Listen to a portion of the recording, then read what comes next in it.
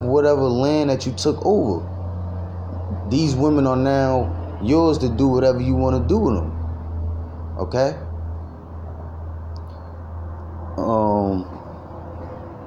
Jumping back, it says, so that he shall have no need of spoil you. Right, he's gonna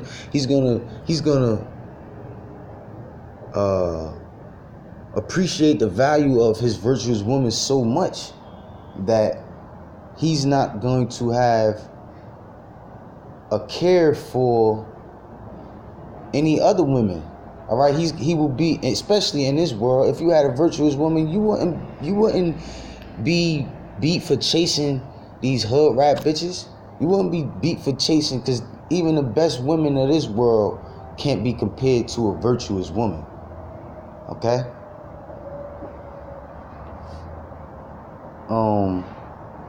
He's gonna understand the value of his virtuous woman, and he's not going to he might have, there's nothing wrong with having multiple women, but I'm just tapping into how much value a virtuous woman has. And if you had a virtuous woman, how much you wouldn't even be thinking about other women. You wouldn't, not saying another woman wouldn't be able to seduce you and turn you on, and not saying you won't pop another woman, but you're not going, if it happened to happen, you're not going to be, a man of the Lord going to be focusing his truth. And if he have a virtuous woman by his side, that's just going to push him and motivate him to focus on his truth even more. All right, which is going to keep his attention away from things of this world. One of the main things of this world is women, booty. So continuing on, it says, verse 12, she will do him good and not evil all the days of her life. And I just can't help it. All right, because what? This is wisdom.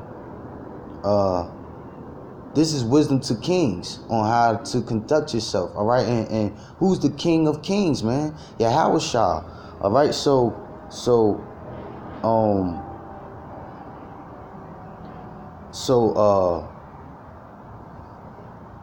Yahweh Shah can be compared to that virtuous woman also.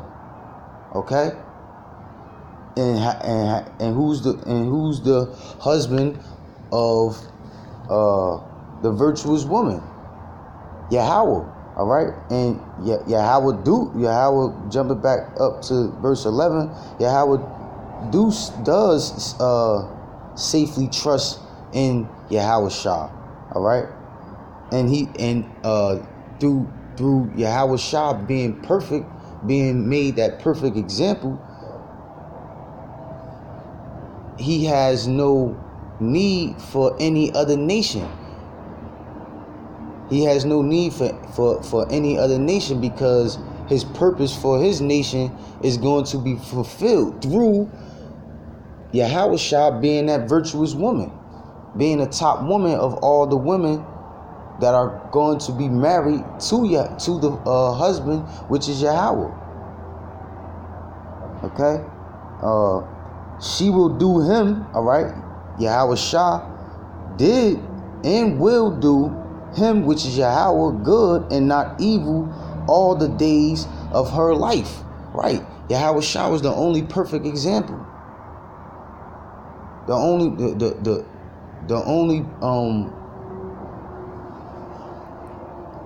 he was the only person able to be perfect on earth. Okay? And he didn't do, he accomplished not doing evil all the days of his life. Okay? Verse 13. She seeketh wool and flax and worketh willingly with her hands. All right? So now wool is a pure white material. Okay? So this is twofold. Carnally, women, a virtuous woman is going to look to be productive, look to help and bring more value to her household, all right? Through working willingly with her. She's going to be willingly to work with her hands. She's going to be willing to put that work in to help her household prosper, okay? She's going to seek wool and flax, because what? These are materials used to make a number of things. You can make curtains. You can a woman can make garments. All right. This getting into how wool and flax can be used for sewing. Okay, and if you can sew, you can make clothes. If you can make clothes, you can sell clothes. If you can sell clothes, you can bring in value to your household. Okay. But on the flip side, wool is a pure white material, which represents pureness of the spirit. Okay, she seeketh pureness. All right, replacing that word wool and flax. Now flax is a material that, now because you could, when you look it up in a blue letter, the word flax, right? It says flax, linen, fiber used as material for garments. Okay, so before you, because IURC, ISUPK, all these off camps, all right, a lot of these off camps, they be so big on their apparel, these fancy garments, all right, the wristbands, the girdles, all right, the shiny and expensive garments and things like that. But what their spiritual garments are off. They don't have on spiritual garments. Okay, so you want to have on a pure spiritual garment. Okay? Salakia. Flax. That's what I was saying.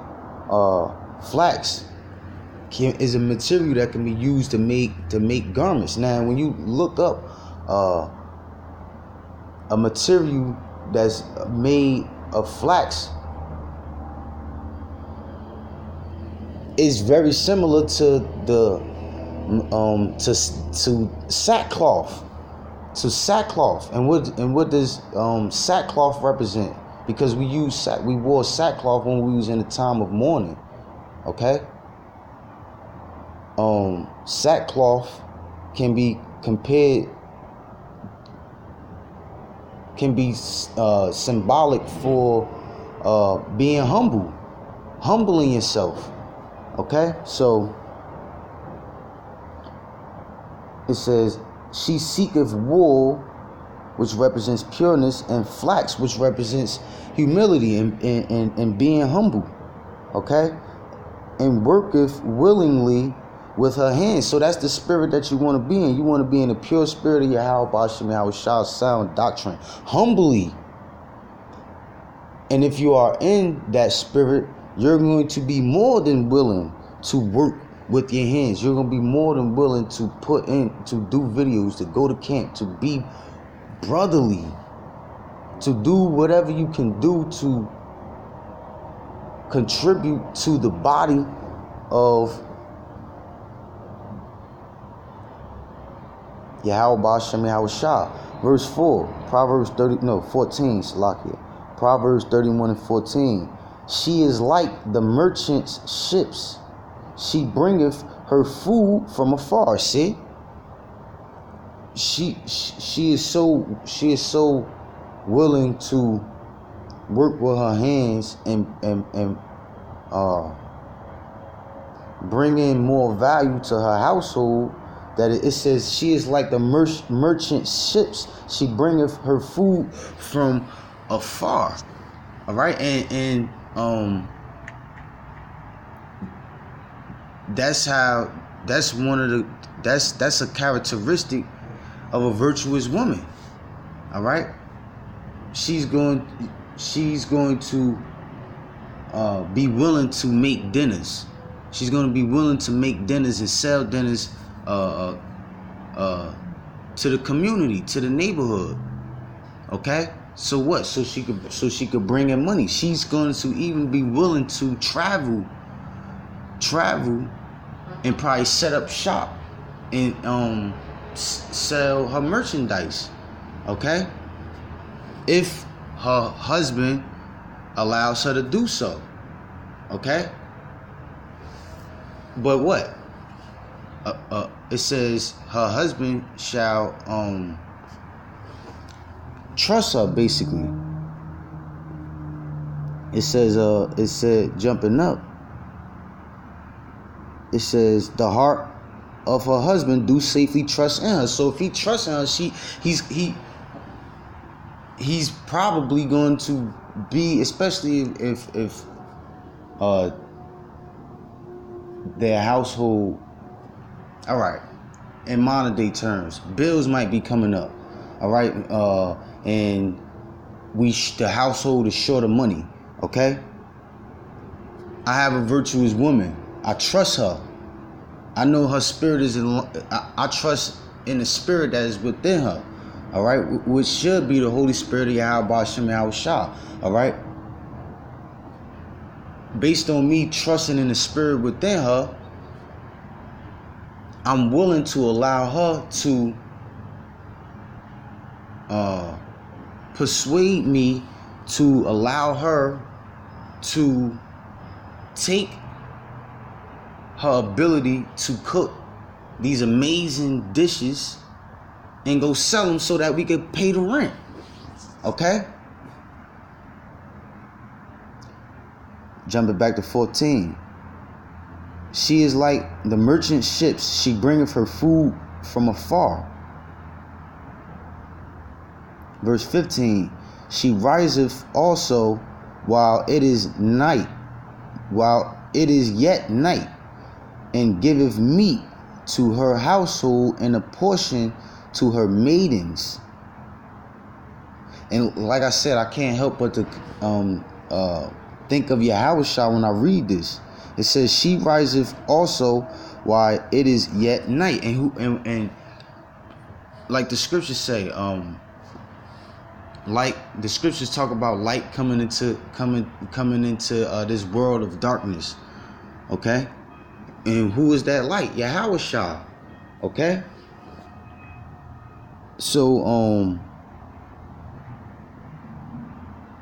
she riseth also while it is yet night. Right. A virtuous woman is going to be willing to put in work so much that she's going to wake up before the sun even busts the sky, before the sun rays even penetrate the darkness from the nighttime.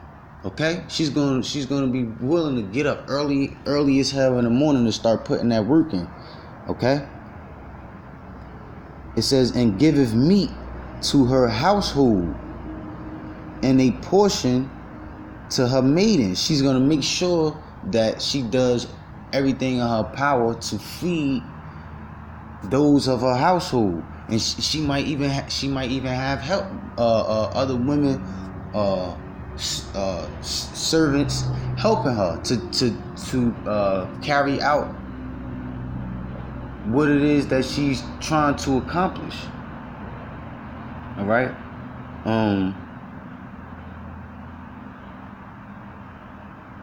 And yet, and it says, and giveth meat to her household and a portion to her maidens. All right. Verse 16. She considereth a field and buyeth it. With the fruit of her hands she planteth a vineyard. All right. So she'll see a field. She'll see a field, and she'll see an empty field, and she'll see the potential in this empty field. All right. She'll see an open empty field, like, damn, I could